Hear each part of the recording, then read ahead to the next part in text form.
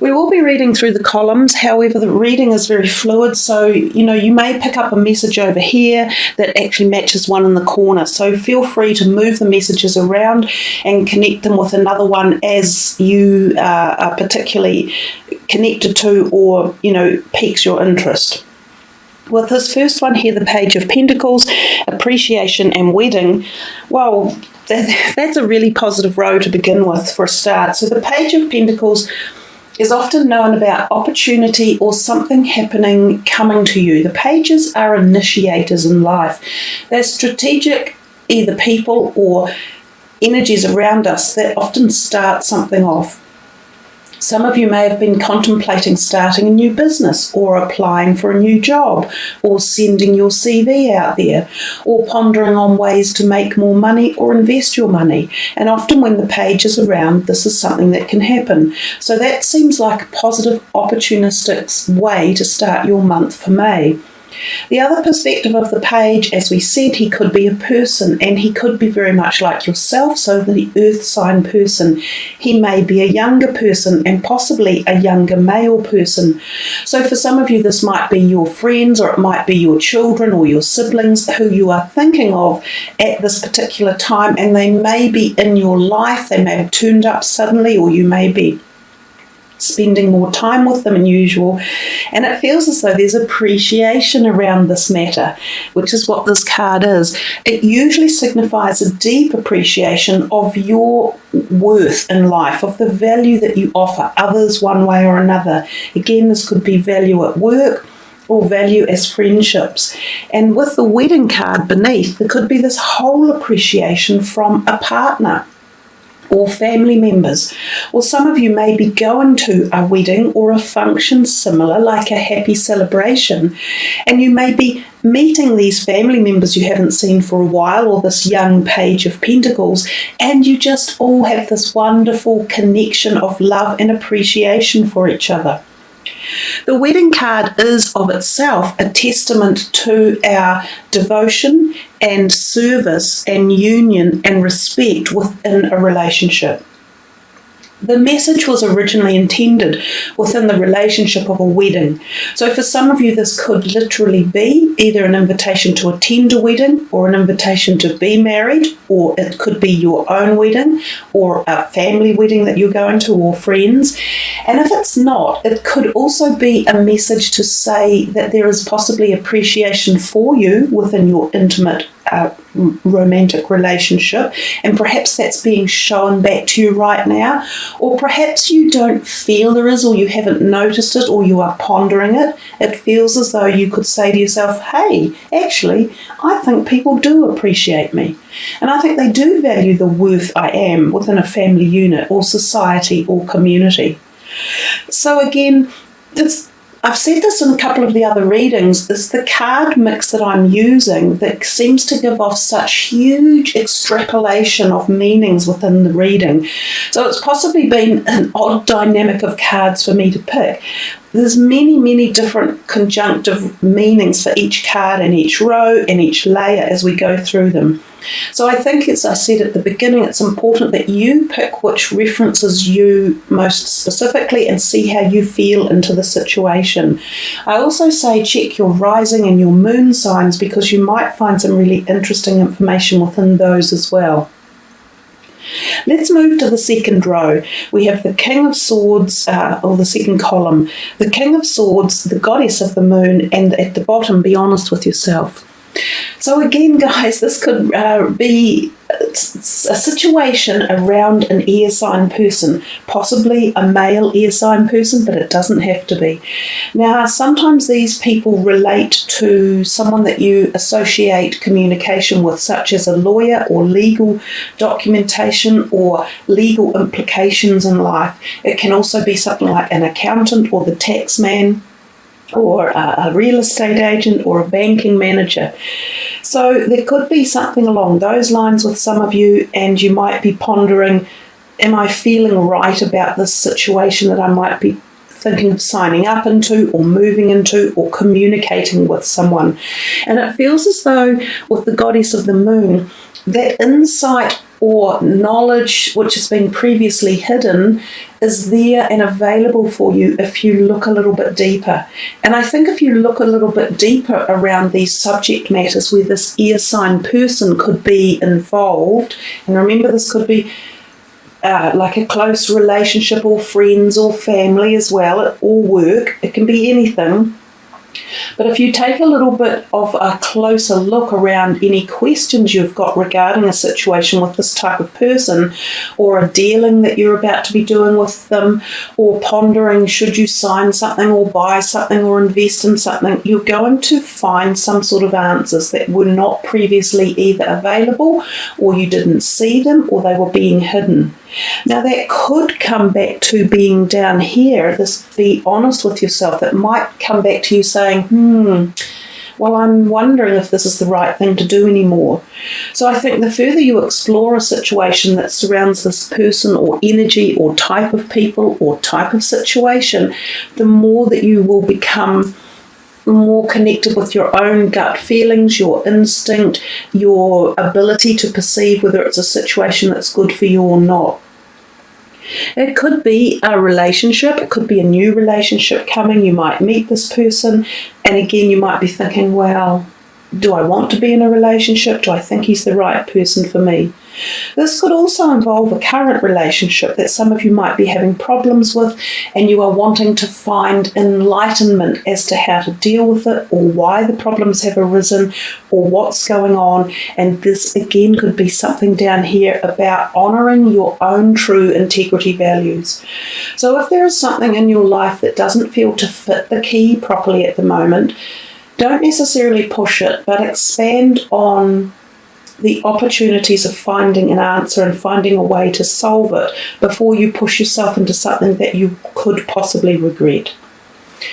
We come down, coming back to the goddess of the moon, it's a little bit like a traditional tarot card. So it often tells us about our health in terms of things going on at night or feeling possibly out of balance. It's a card that also talks about the need for balance. So sometimes this can be referring to our physical health. So it's a time to ponder about balancing our bodily needs and our hormone needs and our emotional needs, and to make sure that they're all in balance. When we connect with the light and the dark, and the day and the night, and the male and the female in us, the yin and yang type cycles in life, when we've got that all in balance, flow is so much more available and quick and ready and inspirational. So sometimes there can be a blockage at some level when the goddess of the moon card comes, but when you connect with it, there's this powerful surge of energy about finding insights and doors and pathways and availability to move on to something fresh. Let's come to this one here, and we have the Knight of Cups, cornucopia, and an opportunity to forgive. Again, I would suggest to you guys that this is a fairly enlightening row. These are positive cards down here. The first two can represent literally the energy of love in our life, and in real terms, love should surround everything around us anyhow, love and light. But the Knight of Cups is known as sometimes the proposition of love coming to you, or someone who offers that generous support or energy or vibrational context of love. It doesn't have to be romantic. It could be community love, friend love, love that supports you or nurtures you when you need it most. It can be, of course, romantic love as well. So when this card is around, there's a feeling of happiness, like that slight euphoric bliss. You may be meeting someone or about to meet someone who really connects with you, and you connect with them, and a great feeling of happiness and joy can be brought about through relationships that are connected via the heart.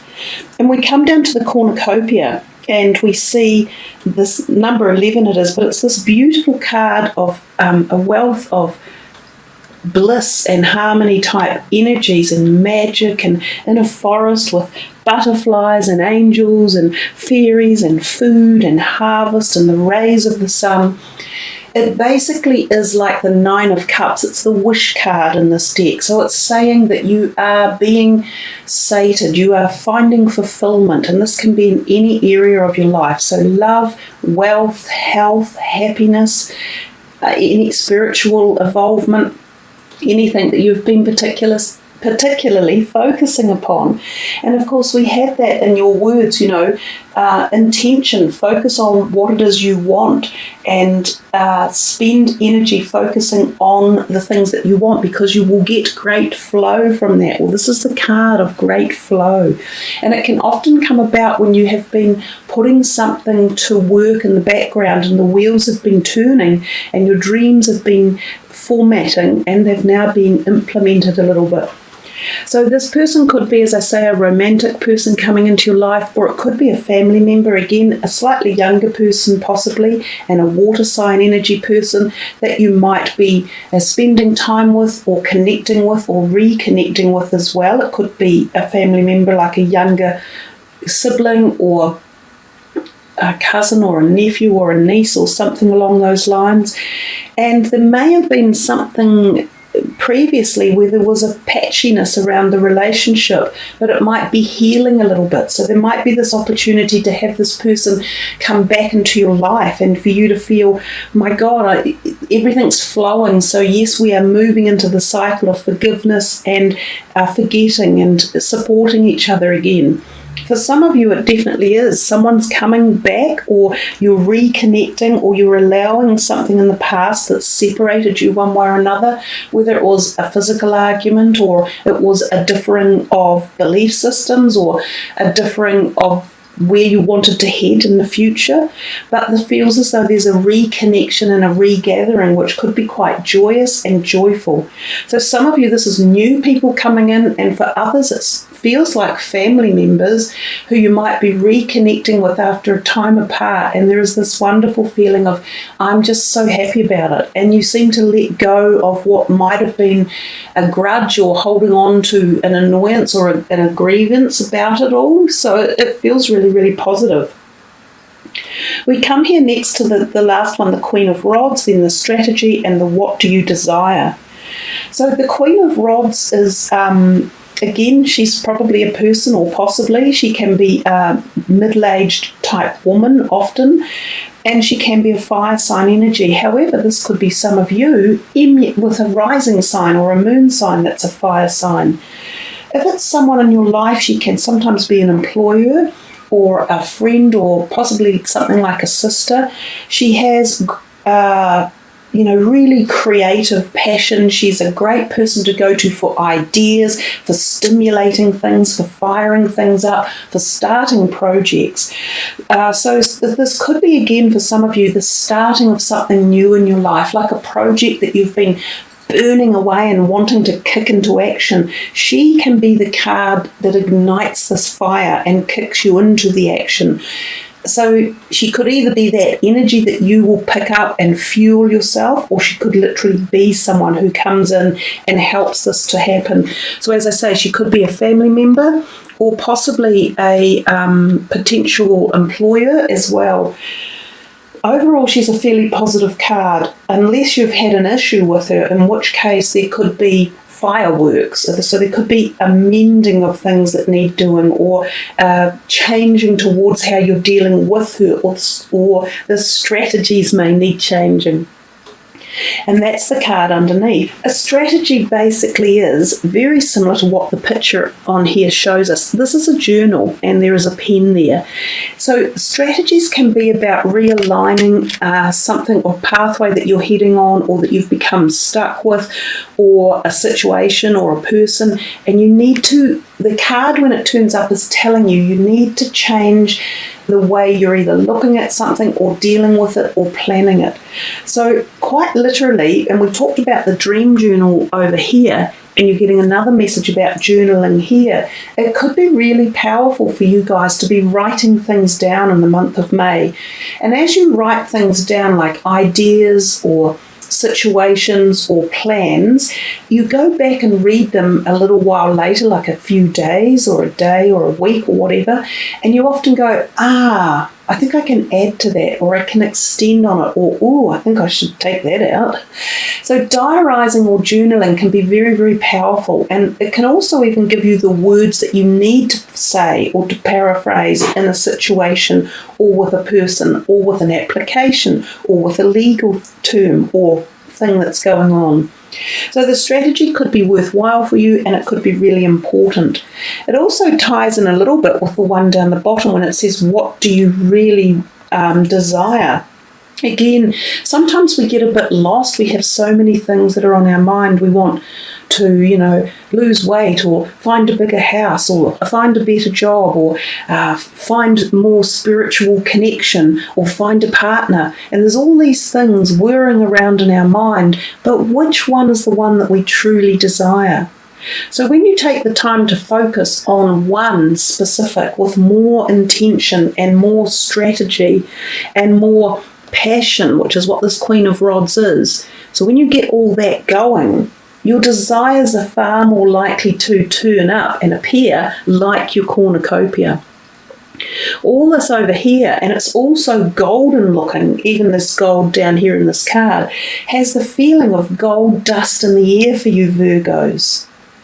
So it feels as though there's some appreciation coming your way from people. It feels an active, busy month in May, as if you're seeing a lot of people or hearing from them, or they're involved in your life, or their energies are what you pick up. So you're not acting so much in your normal, Virgo way. You might be tempted to be more communicative or more passionate or more, loved up or something. So there's a whole heap of stuff going on for you in May that opens doors, brings in love, brings in a bit of happiness, brings in some ability to allow forgiveness and any grudges or stuff that have been held on, and moving on and being truthful to yourself and aiming for your desires. So I think you've got a golden reading, guys. It's really beautiful colour tones and palettes. It's very pretty, and there's a lot of special messages in the reading for you. So thank you for joining me, Virgo. I do wish you a wonderful May, and feeling the love and the successes, and planning some new strategies to take you forward into the rest of the year.